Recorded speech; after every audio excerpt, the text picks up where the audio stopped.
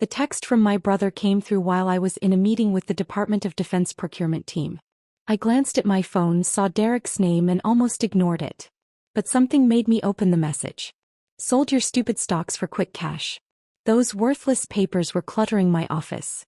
Got $3,500 for them. You're welcome. I stared at the screen, reading it 3 times to make sure I understood correctly. Then I typed back, understood. Colonel Martinez was still speaking, something about delivery timelines for the advanced sensor arrays my company manufactured, but the words blurred into background noise. I excused myself politely, stepped into the hallway and called my attorney. James? It's Alex. We have a situation. What kind of situation? Derek just sold my restricted stock certificates. The ones I left at his house for safekeeping during my deployment. There was a long pause. The defense contractor stocks. The ones with the federal trading restrictions. Yes. The ones that are technically classified as protected government assets due to the technology classification? Those exact ones. Another pause, longer this time. Alex, your brother just committed federal securities theft. And if he sold them on the open market, he may have violated about 6 different national security regulations. That's what I thought. What do we do? First, don't do anything. Don't warn him, don't try to fix it. Let me contact the SEC and Treasury. They'll want to handle this through official channels. James hesitated. You know this is going to destroy him, right? Federal charges, potential prison time, massive fines. He called them worthless papers, James. He sold them for $3,500. Do you know what they're actually worth? Based on the last valuation I saw? North of $500,000.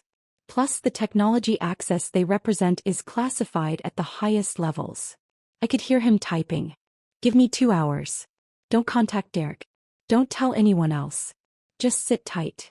I hung up and stood in the empty hallway, my mind racing through how it had gotten to this point. Derek was my older brother by 4 years. Growing up, he'd been the golden child. Athletic, popular, effortlessly successful at everything he tried. I'd been the quiet one, the studious one, the one who joined the army right after college because I wanted to serve and because I honestly wasn't sure what else to do. The army had been good to me. I'd gone into intelligence, specialized in emerging technologies, and eventually ended up working on classified programs that interfaced with defense contractors. When I'd left active duty 3 years ago, several companies had recruited me aggressively. I'd chosen Meridian Defense Systems, a mid-sized contractor specializing in advanced sensor technology. They'd given me stock as part of my compensation package. Significant stock. But because the company worked on classified programs, the stock came with restrictions, federal trading limitations, mandatory holding periods, and a classification as protected assets due to the technology access they represented. I'd explained all of this to Derek when I'd asked him to store the physical certificates during my final deployment. These aren't normal stocks, I'd told him. They're restricted, they're valuable, and they're legally protected. Keep them safe. He'd waved dismissively. Sure. I'll stick them in my office safe. No problem. That had been 18 months ago. I'd returned from deployment, gotten absorbed in work, and honestly forgotten about the certificates. The actual stock value was tracked electronically. The physical certificates were just backup documentation. I'd been meaning to retrieve them but hadn't gotten around to it. Apparently, Derek had gotten around to them first. My phone rang. James. That was fast, I said. This is bigger than I thought. The SEC is already aware of the transaction. Meridian Defense Systems has automated monitoring for any trading in their restricted shares. When Derek's buyer tried to register the transfer, it triggered multiple federal alerts. What happens now? There's a joint task force forming, PC, Treasury, FBI, and DoD. They're treating this as potential espionage until proven otherwise. Espionage? Derek's an idiot, not a spy. Unauthorized sale of classified technology-adjacent assets looks like espionage from a regulatory standpoint. They'll investigate, determine intent, and proceed accordingly. James paused. Alex, I need to ask. Did you authorize this sale in any way? Any conversation that he could claim was permission?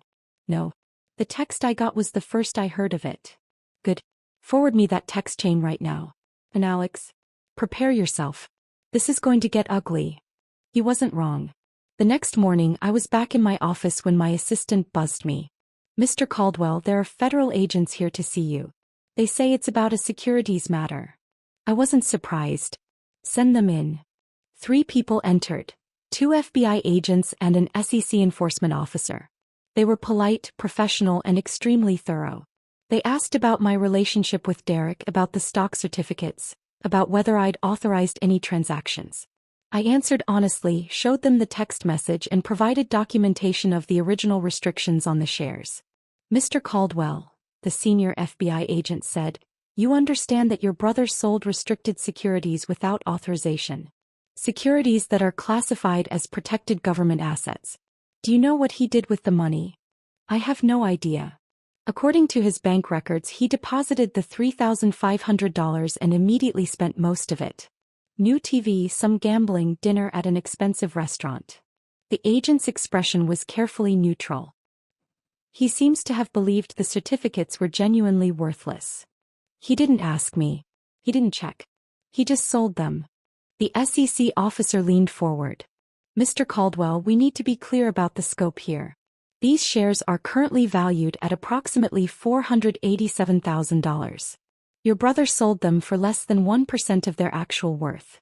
The buyer, who appears to be a legitimate but uninformed collector of old stock certificates, had no idea what he was purchasing. We've already frozen the transaction and seized the certificates. What happens to Derek? That depends on several factors.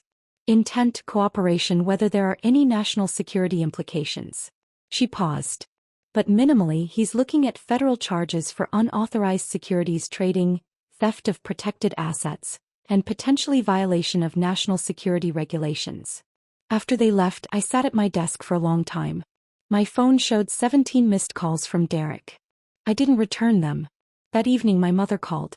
"Alex, what did you do to your brother?" "Hello, Mom." "The FBI came to his house.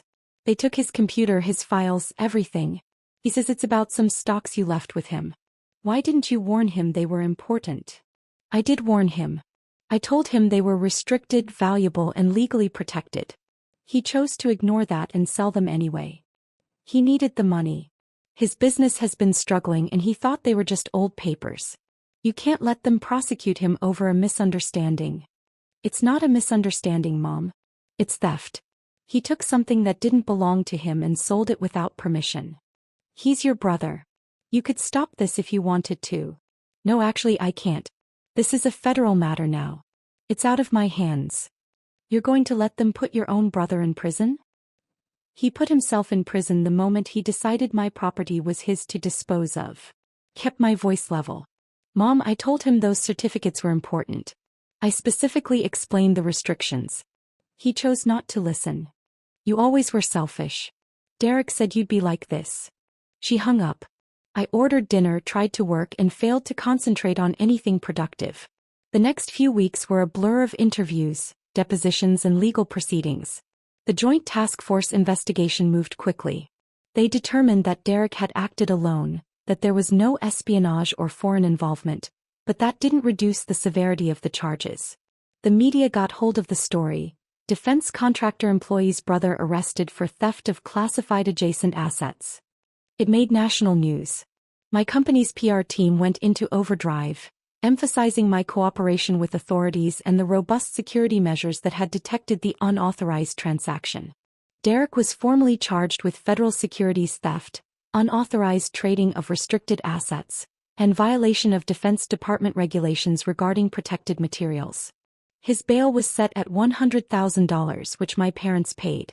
I received increasingly hostile messages from family members.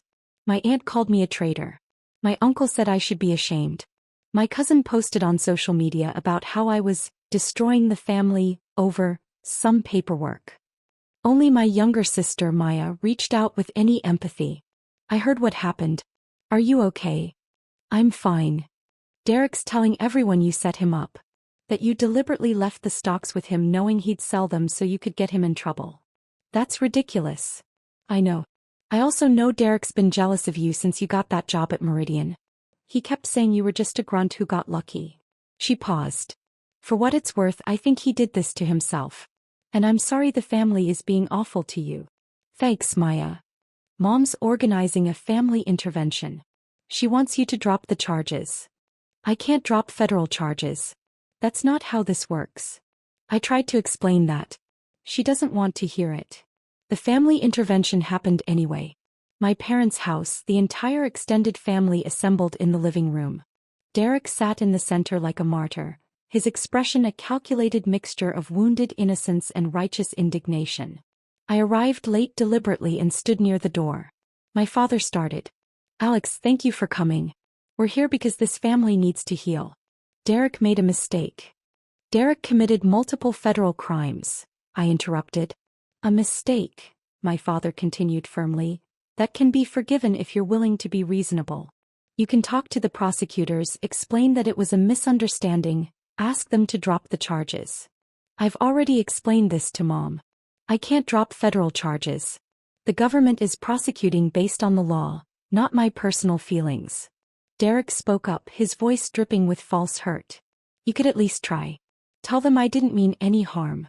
Tell them it was just old papers I didn't think mattered. You didn't think they mattered because you didn't bother to listen when I explained what they were. You never explained. You just handed me some old certificates and said to keep them safe.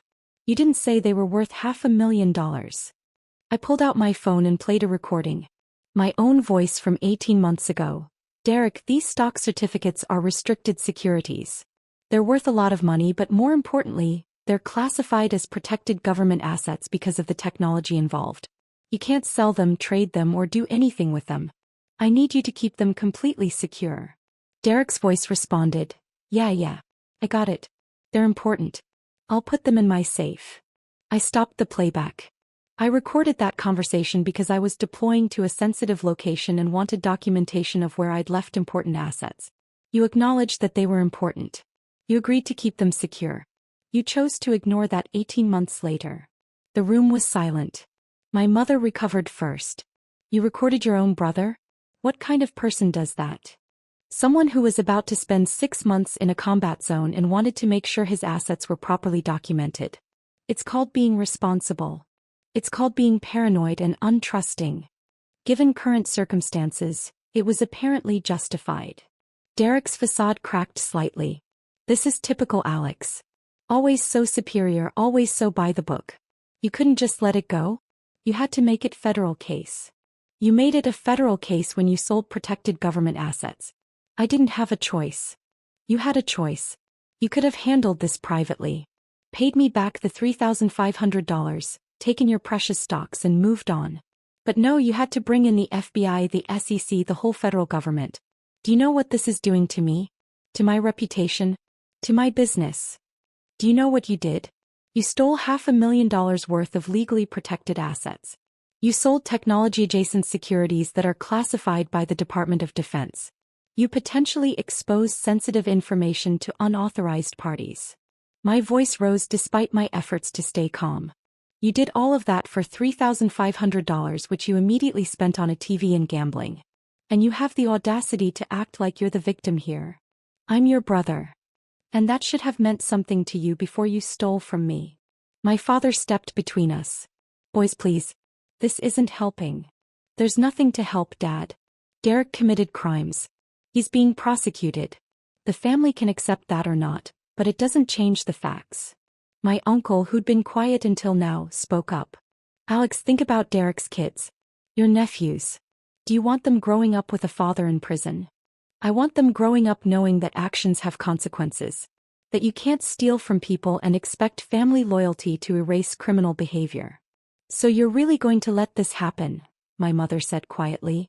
You're going to stand by while they send your brother to prison.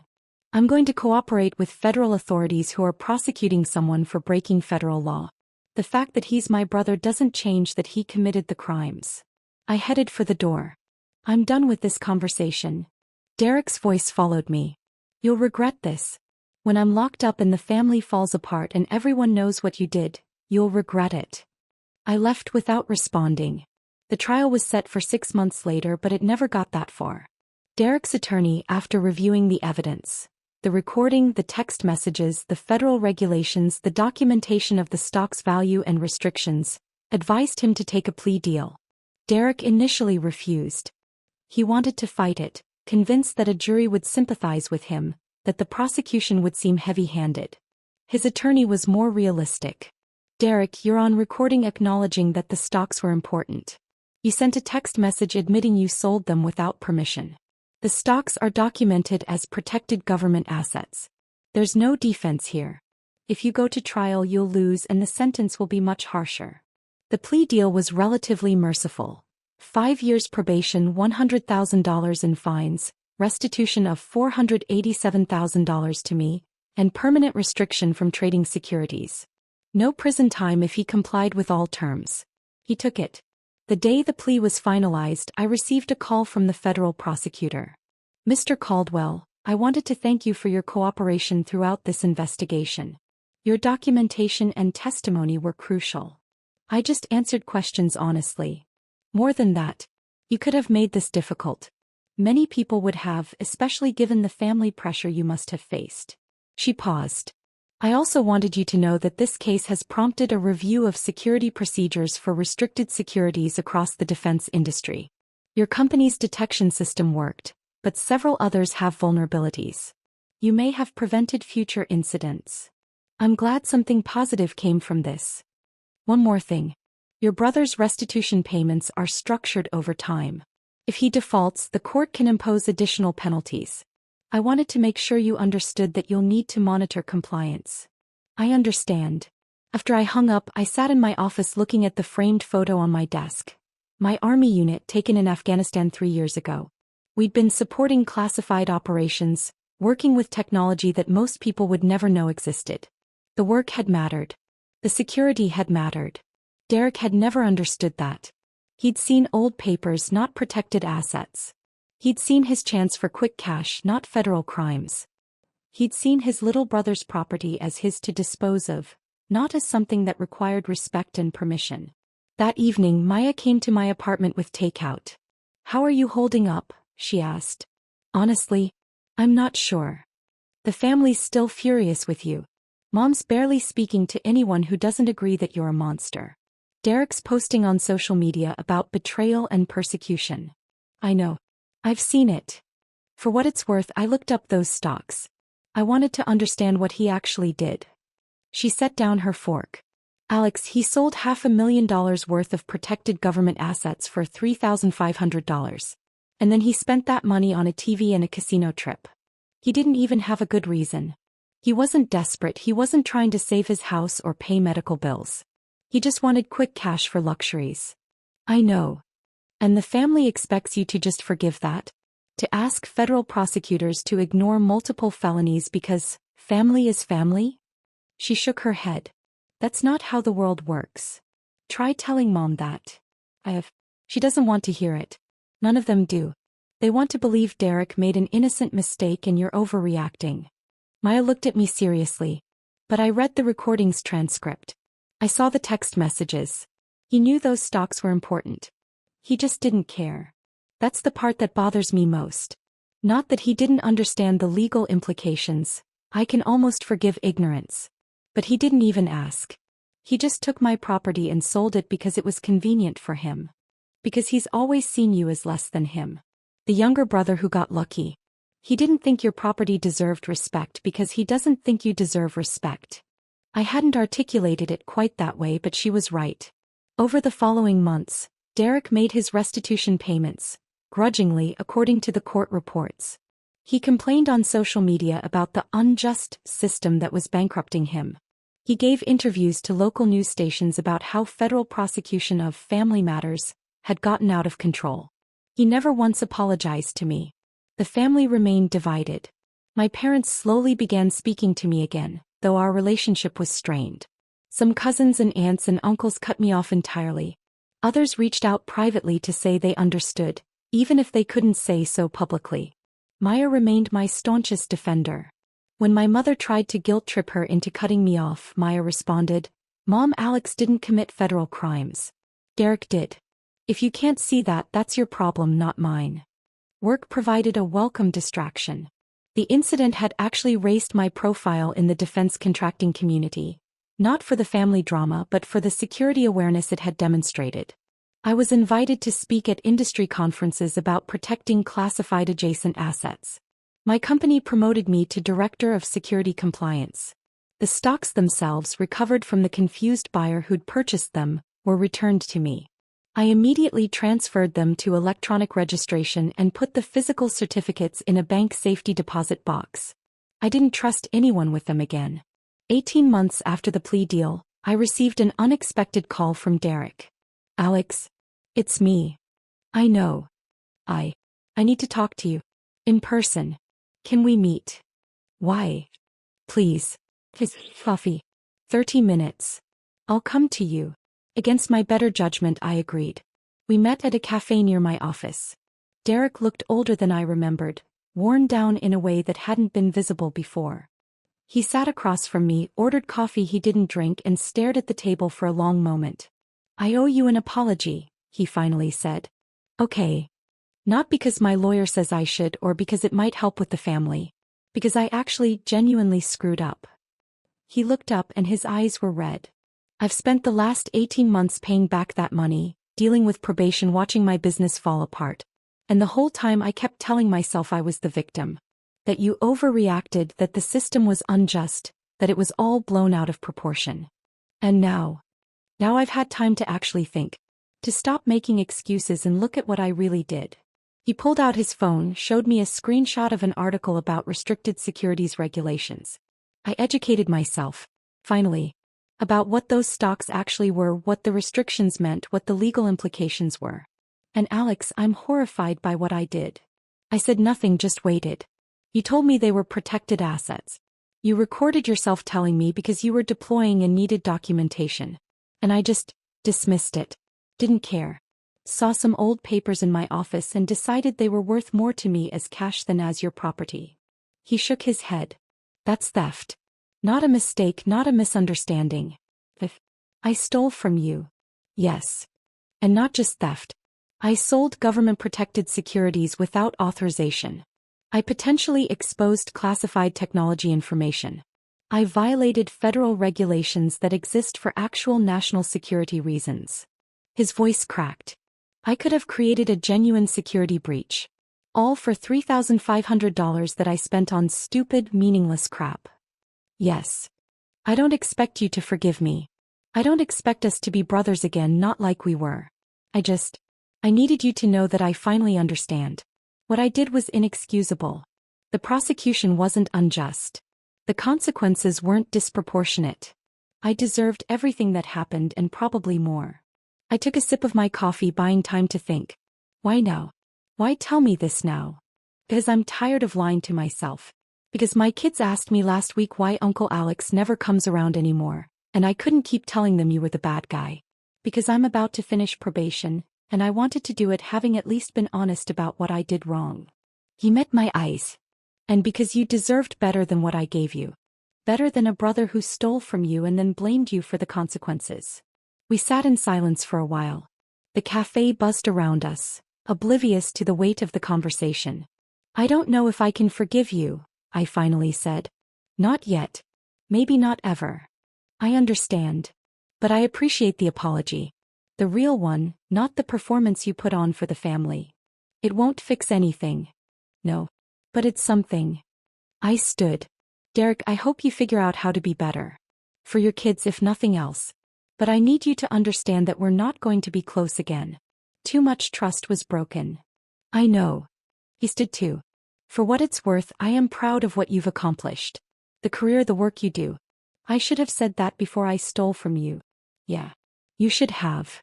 I left him there and walked back to my office, feeling something loosen in my chest. Not forgiveness exactly. But maybe the beginning of acceptance that what had happened couldn't be undone, only moved past. 3 years after the incident, I received a letter from Derek. He'd finished his probation, paid the last of his restitution, and rebuilt a smaller, more honest version of his business. The letter didn't ask for anything. It just updated me on his life and ended with, "I think about what I did every day. I'm trying to be better. I'm trying to teach my kids to be better. Thank you for holding me accountable when no one else would." I filed the letter away and returned to work. The stocks Derek had tried to sell for $3,500 had grown in value. Meridian Defense Systems had won several major contracts, and my restricted shares were now worth over $800,000. I'd diversified my holdings, put most of the assets in electronic form, and never again left physical certificates anywhere but a secured bank vault. The family slowly healed in a fashion. My parents eventually acknowledged that Derek had been wrong, though they never quite forgave me for not handling it privately. Some extended family members reconnected. Others remained distant. Maya remained my closest family ally. She'd seen through Derek's manipulation from the start and had never wavered in her support. At a family gathering 5 years after the incident, Derek approached me cautiously. "Alex, thank you for coming." Maya invited me. "I'm here for her." "I know. But still." He hesitated. "My oldest son is thinking about joining the military. He asked me about your service. I told him you were someone worth looking up to. I hope that's okay." I looked at my brother. Genuinely looked at him, and saw someone who'd learned a hard lesson and was trying, however imperfectly, to be better. "It's okay," I said. "If he has questions about service, he can call me." "Thank you." We weren't close. We'd probably never be close again. But we'd reached a kind of peace, built on honesty about what had happened and acceptance of the consequences. The stocks that Derek had called worthless papers had taught multiple lessons. About security, about respect, about the consequences of theft, and about the complicated nature of family loyalty. They'd also taught me that sometimes the hardest thing you can do for someone you love is to refuse to protect them from the results of their own actions. Derek had committed federal crimes. He'd been prosecuted, convicted, and sentenced. The family had been furious with me for cooperating with authorities rather than circling the wagons. But I'd done the right thing. Not the easy thing, not the comfortable thing, but the right thing. And in the end, that was what mattered. The worthless papers had been worth $500,000 in stock value, hundreds of thousands more in lessons learned, and the knowledge that I'd stood by my principles even when family pressure demanded otherwise. That, it turned out, was worth more than any stock certificate.